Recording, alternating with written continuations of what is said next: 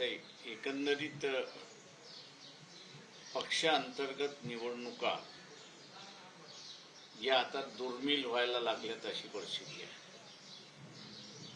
आणि त्यामुळे पक्षांमध्ये घराणेशाही त्याच्याच बरोबर श्रीमंताचा पक्ष अशीच प्रतिमा व्हायला लागलेली आहे। कार्यकर्त्यांना पक्षामध्ये त्यांचं मत मांडण्याची संधी आहे असं आता वाटत नाही आणि म्हणून पक्षांतर्गत निवडणुका ह्या आपण सुरुवात केल्या पाहिजे। महाराष्ट्रातल्या वंचित बहुजन आघाडीच्या मार्फत आम्ही सुरुवात केलेली आहे।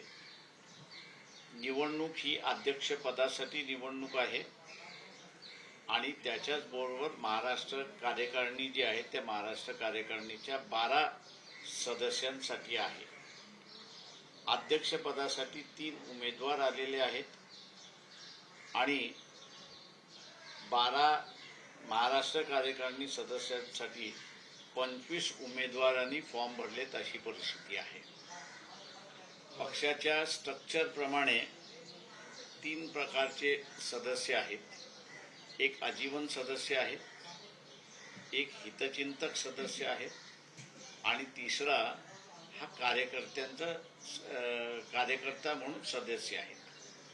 या तिघांनाही मतदान करण्याचा अधिकार आहे। 30 तारखेला मतदान पार पडलं। एकंदरीत 8,000च्या वरती या तिन्ही कॅटेगरीजमधल्या लोकांनी मतदान केलं।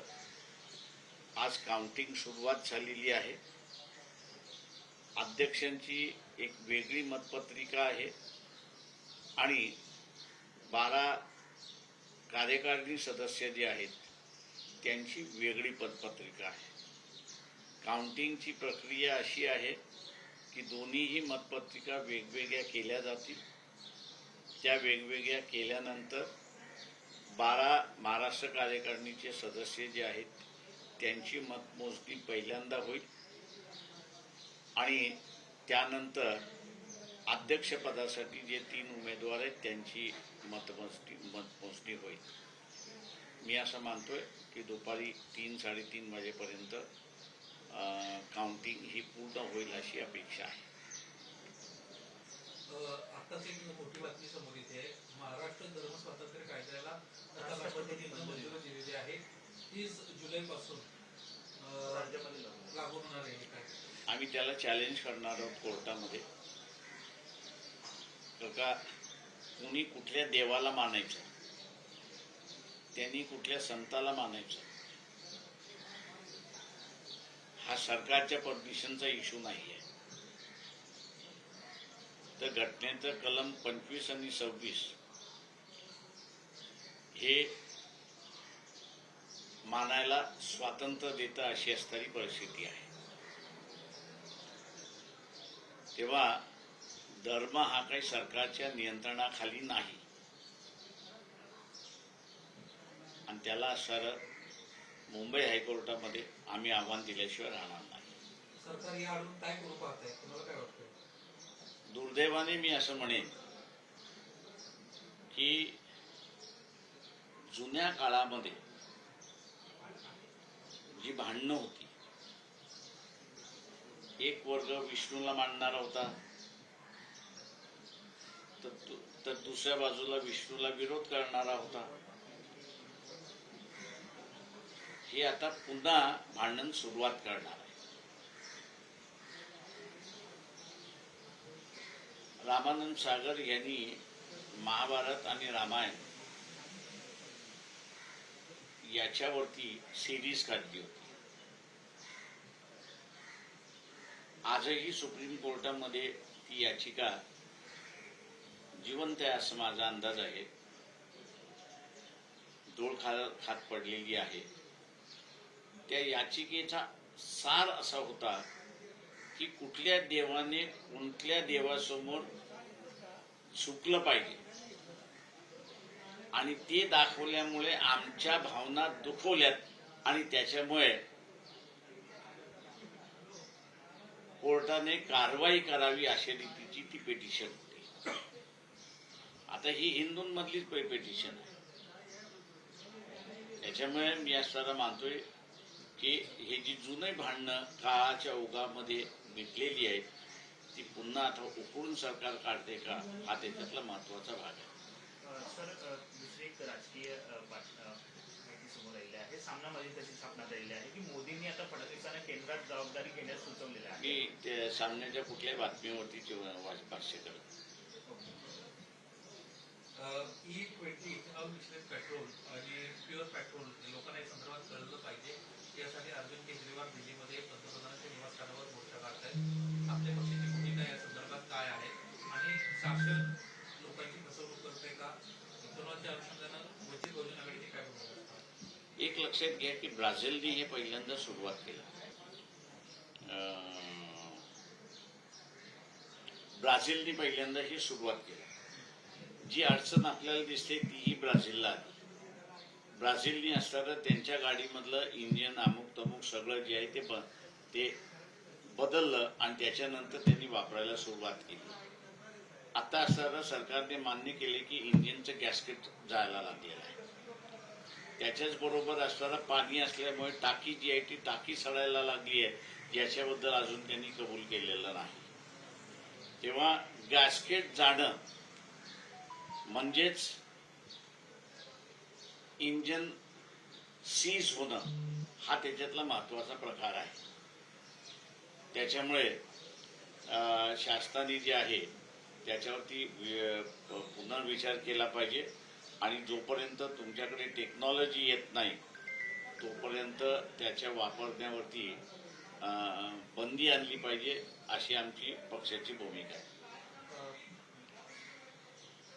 ज्या पद्धतीने लाठीचार्ज जो आहे तो दिल्लीमध्ये झाला, अनेक मुलींना जे आहे ते मारलं गेलं, कुठेतरी पंतप्रधान नरेंद्र मोदी यांनी माफी जी आहे ती मागितली पाहिजे असं मागणी होताना पाहिलं मिळते.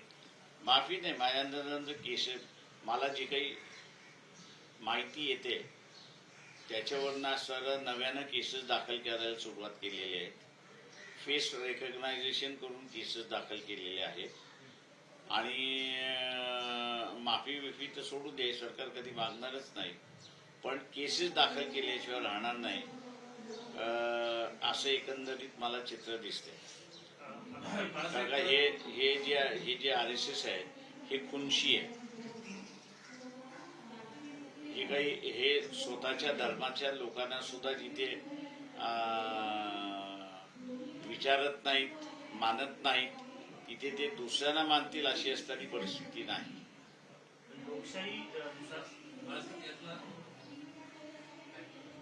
लोकशाहीनुसार सरकार बदलायला हवं. 2019ला कुठेतरी पॉलिटिकल स्टँड आम्ही घेऊ असं अभिजित दिपके आता बोलताना पाहायला मिळतं. दुर्दैव असं आहे की अभिजित दिपकेला अजून माहिती नाही आणि कळलं नाहीये की जोपर्यंत राहुल गांधी आहे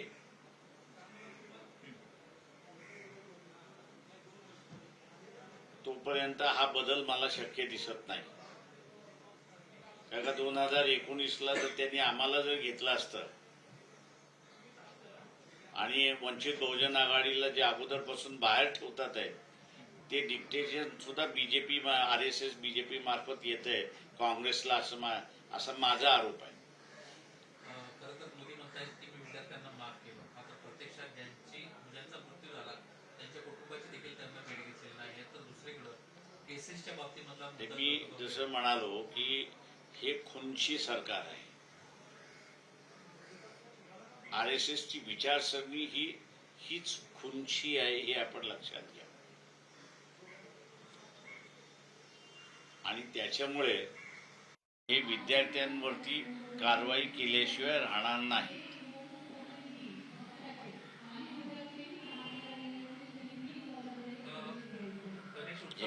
करू का?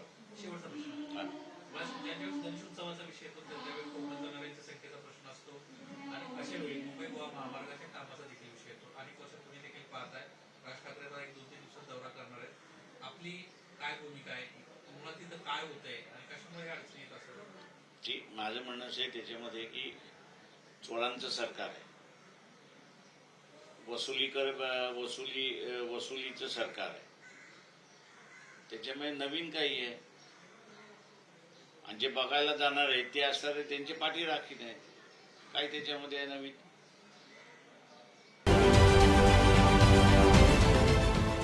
देश विदेशातील प्रत्येक घडामोडींचे लाईव्ह अपडेट मिळवण्यासाठी आता साम टीव्हीच्या सर्व सोशल मीडिया प्लॅटफॉर्मला लाईक, फॉलो आणि सबस्क्राईब करा. तसंच सर्व नोटिफिकेशनसाठी बेल आयकॉन प्रेस करायला विसरू नका.